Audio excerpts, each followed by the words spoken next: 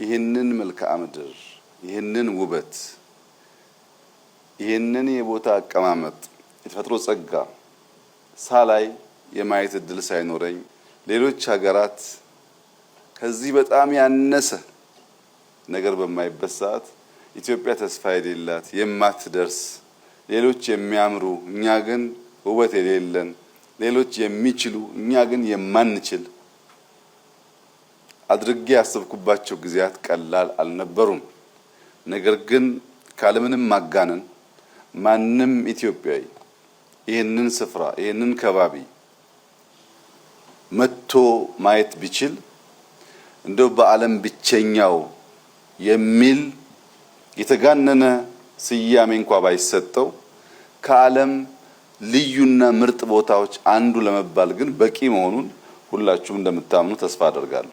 ኢትዮጵያውያን በተቻለ መጠን አማን ሚዛን እየመጡ የደንቢ ሎጅን ማየት እንዲችሉና የኢትዮጵያን የውበት ልክ የጸጋ ልክ ማስተዋል እንዲችሉ እጋብዛለሁኝ። ኢትዮጵያ ውስጥ ጥንቃቄ ማድረግ ያለብን ነገር አለ።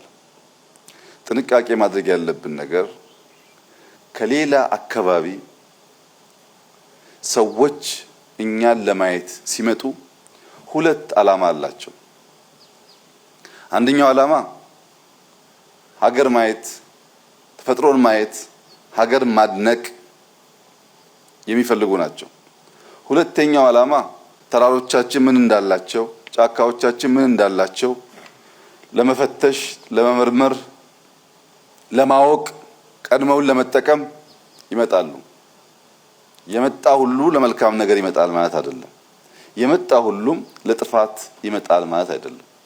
በጥፋትም ይምጣ በመልካም ሐሳብ የዚህስ ተግባር መሆን ያለበት የመጣውን ከገባበት እስከሚወጣበት በቅርብ ርቀት ጥርሳችን ሳይከደን እየሳቅን እያስተናገድን የከፋ ነገር ደግሞ እንዳይወስዱ እየተከታተል በሰላም ወደ ሀገራቸው እንዲሄዱ ማስቻል ይኖርብናል።